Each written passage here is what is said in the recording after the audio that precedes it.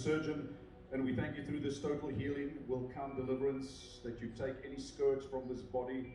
In Jesus' name, thank you, Lord, you promise long life, divine blessing, even as she prays you this day as a sacrifice of praise. You've heard her praise, and we stand together with her today for total recovery through this operation.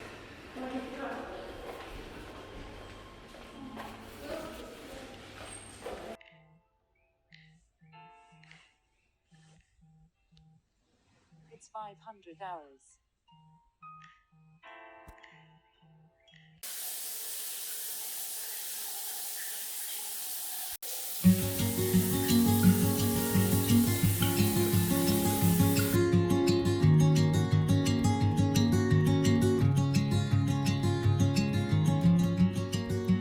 Good morning, guys, and welcome back to BRCA Brave.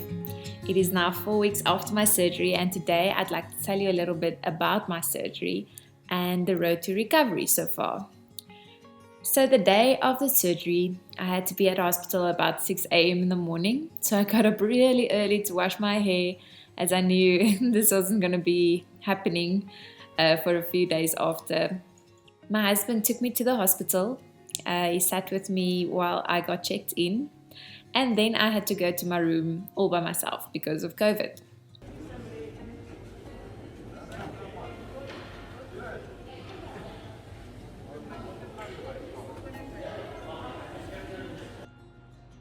I'm in my hospital room and I am ready for today.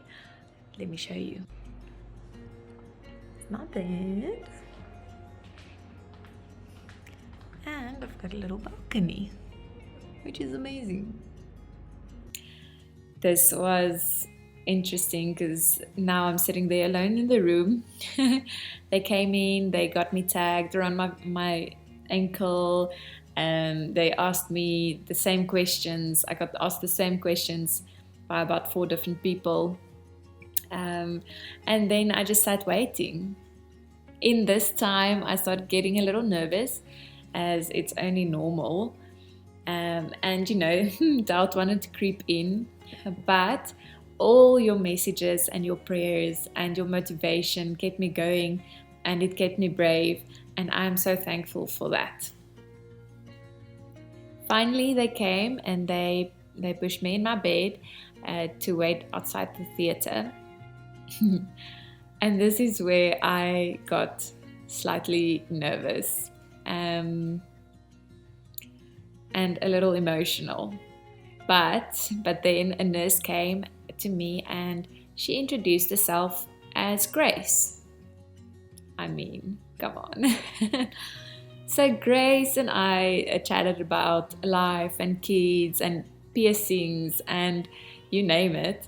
And Grace took away anxiety and that I felt for what was to come.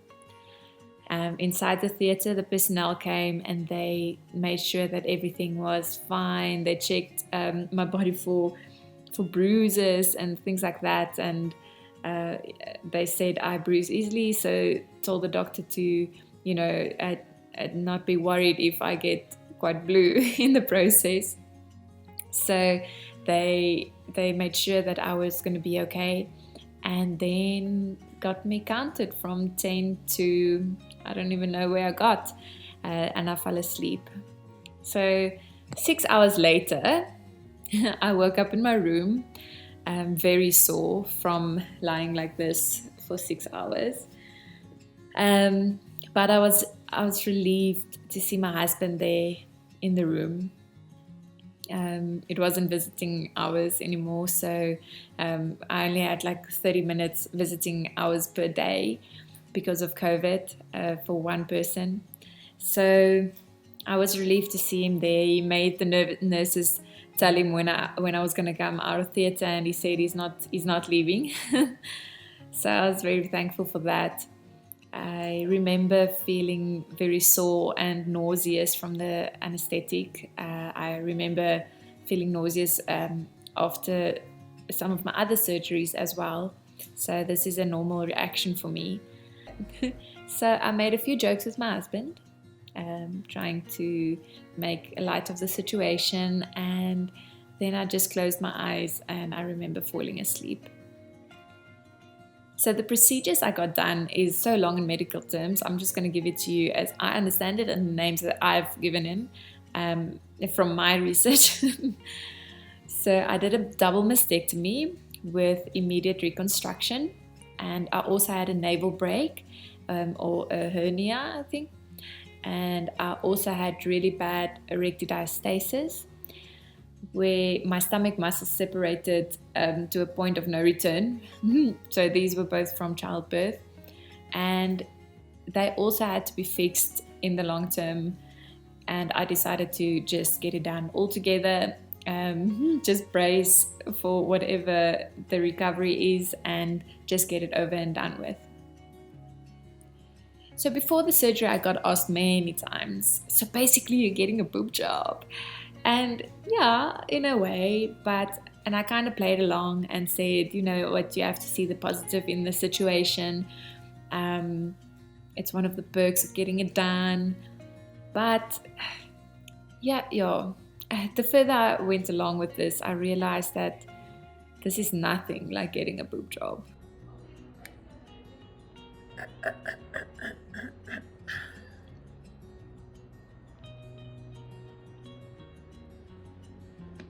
My drain bag. Really struggling to get it up straight, but I'm still connected to the drips, which I'm hoping will come off soon, so I can feel a bit more mobile. But my back is really, really sore.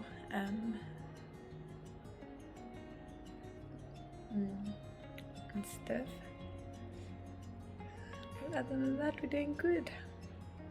I've seen people getting boob jobs. This is nothing like getting a boob job. This is an emotional roller coaster where you wake up not feeling excited about new foobs, but realizing that you had to offer up so much to get them. This wasn't a boob job. This was preventative surgery for cancer. I see that as a very serious matter. A boob job is a cosmetic surgery to make you look different or better as like you want to look. With a mastectomy, most ladies lose their nipples, like me. Some lose the whole breast and end up with 2 very mean scars over a flat chest. There's so many situations where ladies take off one breast and look, a little bit dismantled. So this is not a boob job at all. Luckily, these days they can do immediate reconstruction where they remove all your breast tissue and where cancer can start and place implants under your pec muscles and close it up again. I've gone with a plastic surgeon, and he did such a good job with my scars to make them seem as normal as possible. I will have to go for 3D tattoos somewhere along the line to get some nipple tattoos. I've never thought my first tattoo would be one of a nipple, but okay, that is the situation. I also got treated like a boob job girl in the aftercare in hospital, which made me feel very sad and lonely. I think it was only the doctor and the anesthetist that knew my story, and only one nurse actually asked me why I was there, but that was only after she asked me, so what size did you get? And when I told her I went from a double D to a C, she realized I didn't come for just a boob job. Then she actually asked me for the reason. But not one treated me with empathy. I got rolling eyes, asking for water because I wasn't allowed to pick up my arm, but they put the water so far away. So they gave me attitude about that, and they forgot about me more often than not, to clean my catheter and things like that. I had to ask them many times for pain medication. Their visiting hours was only 30 minutes a day, like I said, and there was no one that could help me get something out of my bag. They also didn't want to help me to get out of bed and said I must do it myself, even though I couldn't use my abs or my pec muscles. But I made the best of the situation. I wiped away my tears and stayed strong and came home as soon as I could. And then I immediately felt better. So all I want to say about that is that people don't understand preventative surgery. And they don't understand that this isn't necessarily something I wanted to get done, but it was something that had to be done to preserve my life. I had 3 drains for a week, 1 from my stomach and 2 from my breasts. They had to be emptied twice a day, and my husband had to do that for me because I couldn't even press in the drains with my muscles, because I am surprised how much you do with these muscles. And I was really glad to get rid of them because I had to carry them everywhere like babies. But only a week, and it went by so quick.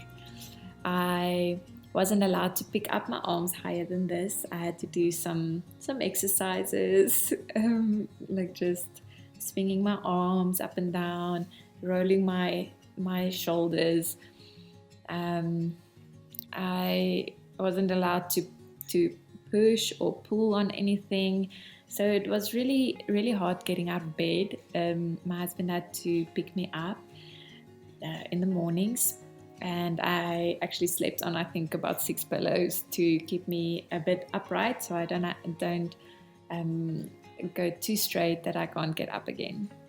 But I can now do all these things with ease, and I think the worst was trying to walk up straight, as this caused my skin and my stomach and my breast to really stretch, and then put quite a lot of strain on my back. I still have to think about it to get myself up straight, and I use some peppermint oil and plasters and things on my back to just relieve the pain. But I think this is because of all the procedures I've got done. I can now sneeze and cough without being in total pain, and I can start sleeping on my side, which is a total bliss. So the first 2 days I thought, wow, what did I do to myself? But around 3 weeks post-op, I started feeling much more normal and got new hope, and I felt that I will not feel like this forever. I think I had a little bit of a breakdown last week where I realized I can't pick up my children and I can't play with them. I think that's the worst part for me, to having to say, no, sorry, I can't do this, I can't pick you up right now. But it's only for a little while and they will be okay. They are very resilient, and I still love having them around me, even though sometimes they jump on me. But it's okay. So for someone looking to do this surgery, it's not as bad as you might think. Even though I explained all of these things, it's good to know these things, you know. And it's really a month you take out of your life to look after you. And then it's back to normal. I think if you only do the mastectomy, you would be up and about even faster than I was. Mine is taking longer because of all the extra surgeries that I've got done. I have about 7 scars. Let me show you. So I've got a big one going here from hip to hip. I've got one going up to my navel, one around my navel to underneath my breast, and one going up to where my nipple would be. Whereas if you only do the mastectomy, you only have these scars here, which heal very quickly actually. So that is more or less the road that I've been on the last 4 weeks. And today, I want to thank each one of you that prayed for me. Every person that brought food or gave something towards the food fund. We really appreciate it from the bottom of our hearts, and we couldn't have done this without you. It really made such a difference to our sanities, and it really, really, really blessed us. Each flower, each message, each prayer, everything really so appreciated. I really pray that God will bless you and your family and prosper you in return. And today I also want to say it's Christmas season, so have a great festive season with your family and be safe if you are traveling. And I really hope 2021 will be a year of restoration for you, like my pastor is prophesying. And may His grace and His peace be with you throughout this holiday season.